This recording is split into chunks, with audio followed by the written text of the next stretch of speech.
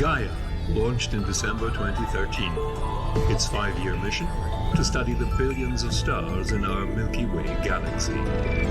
Its first data release covered a mere 1 billion stars and the distance and motions for just 2 million. Now its second data release has updated this to an extraordinary 1.7 billion stars.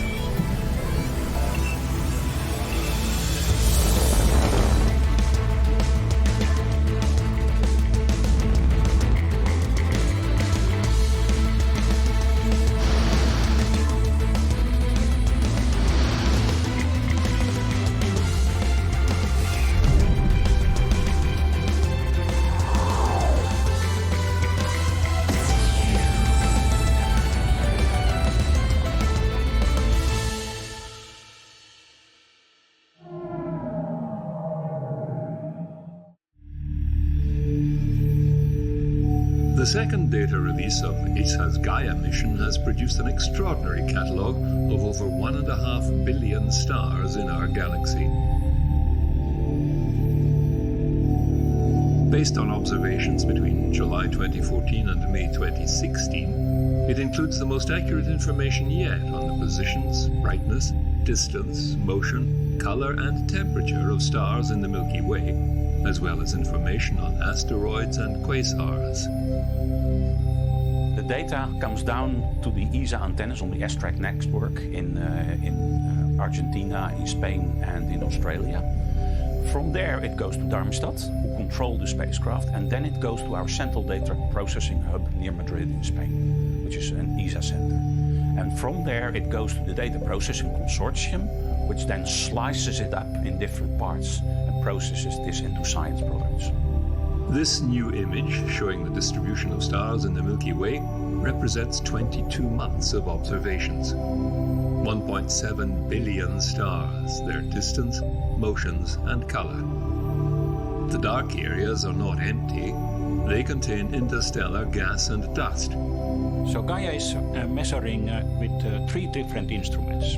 It is doing astrometry, photometry and spectroscopy. So astrometry is measuring the positions, which helps to get the distances and also the motion of the stars. Photometry is essentially getting the color of the star, and color gives us the temperature of the star. This stunning new image was produced by recording the color from stars and combining it with their overall brightness. We now know the position and brightness of 1.7 billion stars. Importantly, as well as the color, we also know the distance and proper motion of 1.3 billion stars, plus the surface temperature of 161 million, the radius and luminosity of 77 million, and the radial velocity of 7 million stars. With spectroscopy, we are using one element which is based on Doppler effect. We are looking how the lines on the spectra are moving, and we get the speed of the star on the line also. But spectroscopy can be also used to analyze better the stars. So it is really the combination of all these elements.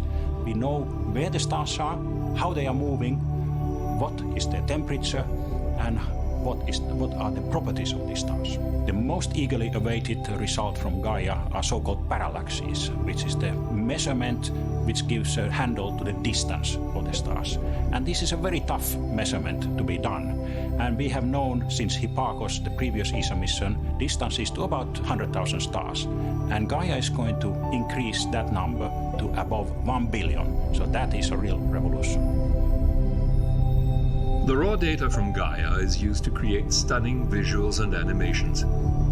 Obtaining the parallax measurement involved determining the apparent motion of the star by using 2 different vantage points along the Earth's orbit around the Sun, and separating it from the star's true motion through the galaxy.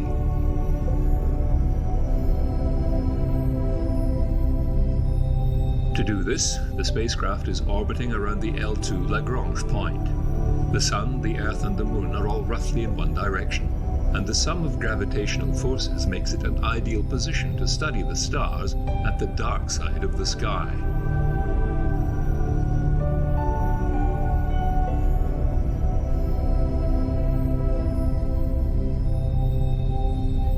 Closer to home, Gaia observed 14,000 known solar system objects too, mainly asteroids. The quality of data provides us pinpoint accuracy over time of these orbiting neighbors.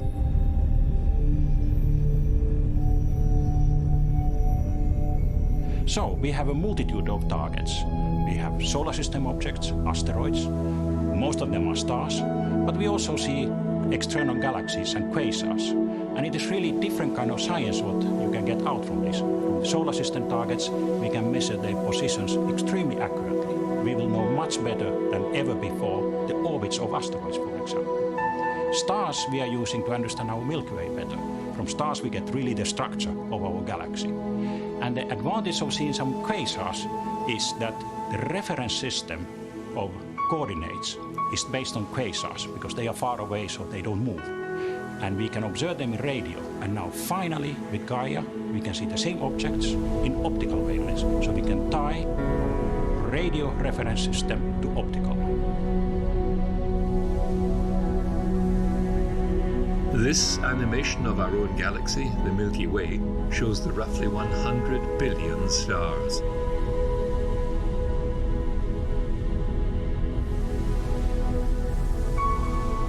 The location of the Earth's sun is shown here in one of the spiral arms. The Hipparchus survey is in red. It pinpointed the positions of more than 100,000 stars to a high precision. Gaia has surveyed up to 30,000 light years in all directions, encompassing 1.5 billion stars.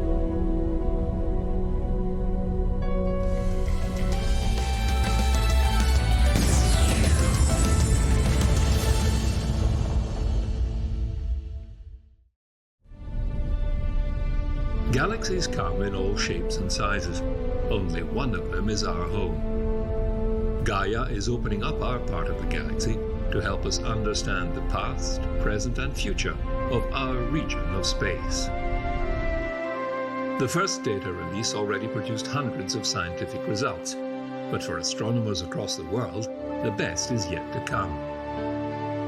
Essential thing of the Gaia mission is that the surprises will come later because we make the catalog, and it is the scientists in the community who are going to utilize it and give the scientific surprises to us.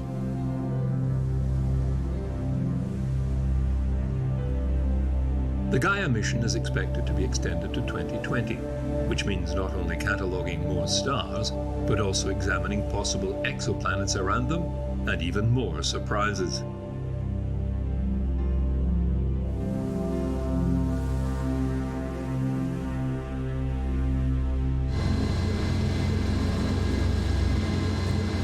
A SpaceX Falcon 9 is ready for launch. The Falcon 9 rocket has proven its ability and reliability and become one of NASA's go-to launchers. 0. Liftoff. The SpaceX Falcon 9 carrying TESS, a planet-hunting spacecraft that will search for new worlds beyond our solar system. Its payload is TESS, a transiting exoplanet survey satellite, NASA's newest exoplanet mission, led by MIT. It will find thousands of new planets orbiting nearby stars.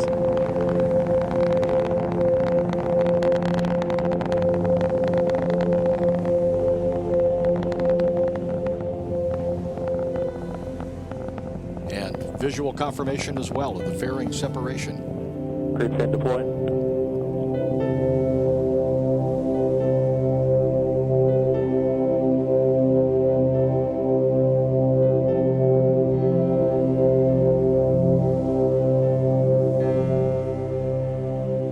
TESS will eventually fly in a special, highly elliptical orbit that maximizes the amount of sky the spacecraft can image. It will expand its orbit until it can get a gravitational assist from the Moon. This slingshot will move it into a stable orbit that is tipped at about 40 degrees from the Moon's orbital plane.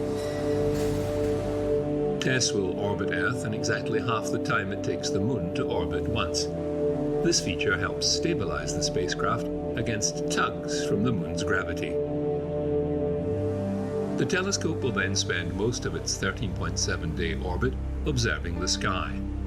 As it nears Earth, it will rotate and transmit all its accumulated data to scientists on the ground.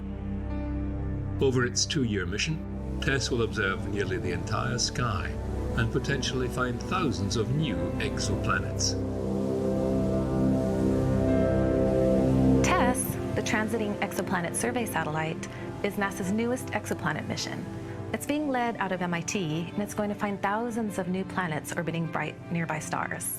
And it's going to build upon the legacy of the Kepler mission, only it's going to focus on nearby bright stars that are sprinkled across the whole sky, and it's going to help us answer a really important question, and that is, which of our near-stellar neighbors has planets?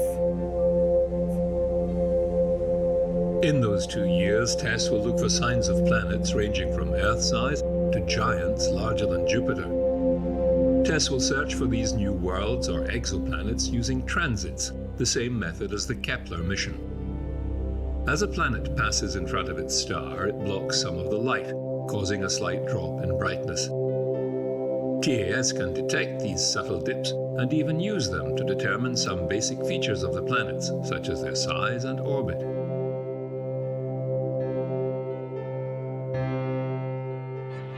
The coverage of the TESS cameras is unprecedented in terms of the amount of sky that they can actually see at any given time, and also their ability to cover such a broad portion of the sky.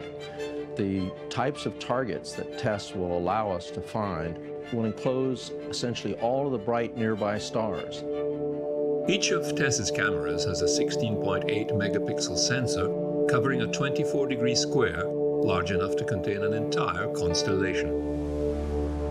TESS will watch each observation sector for about 27 days before rotating to the next one, covering first the south and then the north, to eventually build a map of 85% of the sky. The thing that we're really excited about with TESS is the way that it'll actually build on the momentum that we started with Kepler. So TESS is going to take that same search approach, but apply it to the vast majority of the sky, which still hasn't really been looked at in detail when searching for exoplanets. And by focusing especially on planets that orbit bright nearby stars, TESS allows us to start looking at things like planet composition and atmospheric makeup. And that'll then be crucial when we want to start looking around stars that are even further away and in deeper parts of the galaxy as well. This coverage, about 350 times what Kepler first observed, will make TESS the first exoplanet mission to survey almost the entire sky. TESS is the vanguard of a new era of exoplanet study and will forever expand our understanding of worlds beyond our own.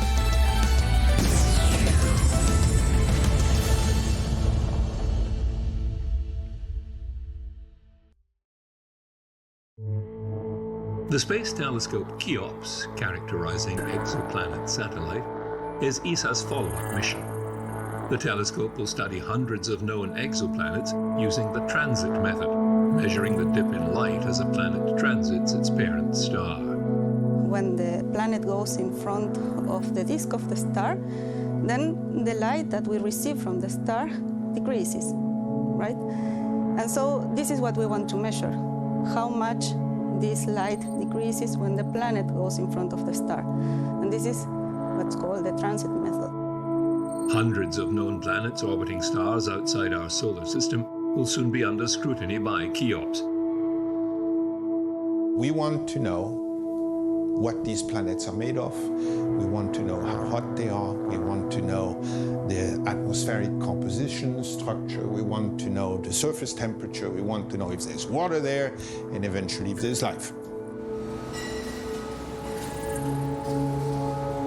This is the Cheops instrument in a clean room at the University of Bern, where it was built, assembled and tested using electrical and optical ground support equipment and a thermal vacuum chamber.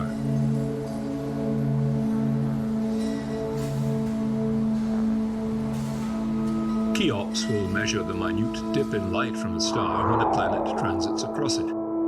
The size of the dip provides a direct measure of the ratio of the size of the planet and the star. This, combined with a knowledge of the size of the star, gives the planet's size. Radial velocity measurements from ground observatories will supply its mass. When you have the mass and the radius, you have two very important things about an object, because you can get what we call the mean density after that. And that can give you a lot of information about the composition of a planet. For example, it can immediately tell you whether the planet is mainly formed of gas or if it's a rocky planet.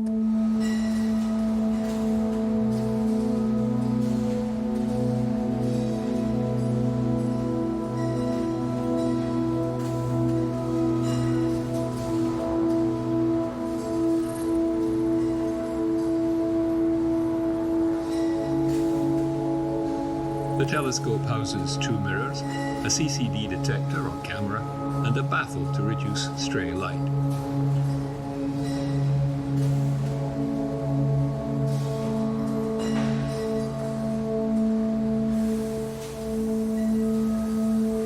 What makes Cheops unique, it's the only follow-up mission. So we are not aiming at discovering new planet. We're just aiming at going back to the ones we know and measure their size, either for the first time because it hasn't been measured yet, or improve the measurement that have been done in the past, either from the ground or from a space telescope with less precision.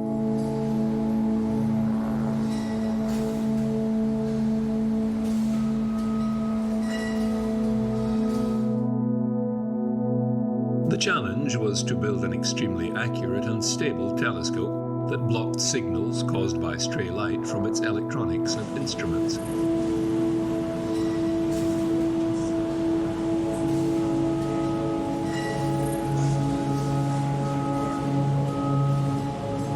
The telescope will therefore be kept at -10°C and the detector at -40° to reduce signal noise.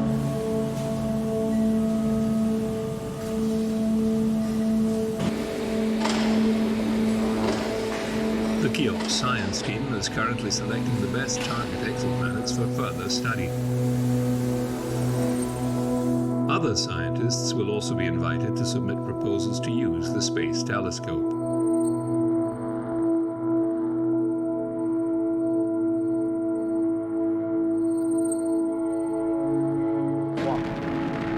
Now in Madrid for further launch preparations, launched from ESA's facilities aboard a Soyuz rocket, the Cheops will begin a new era of discovery.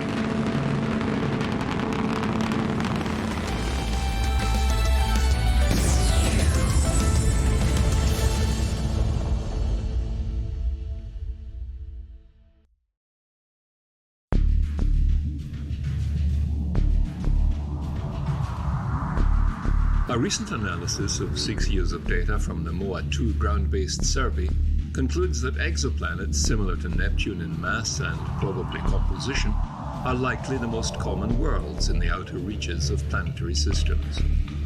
This data was achieved by a technique called microlensing.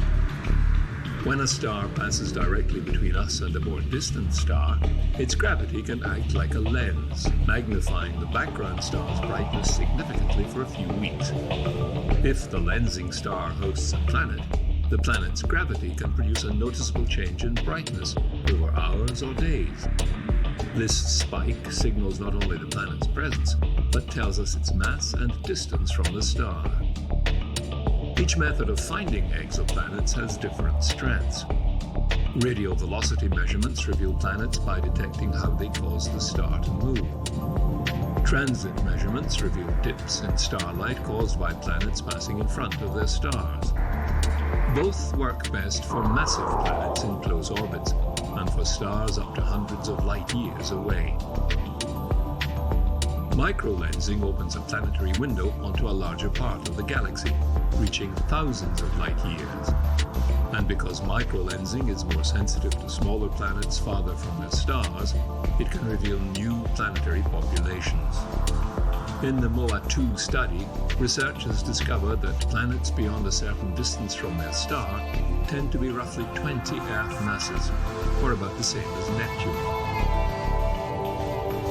That distance is what astronomers call the snow line, where water would be frozen during the formation of a planetary system.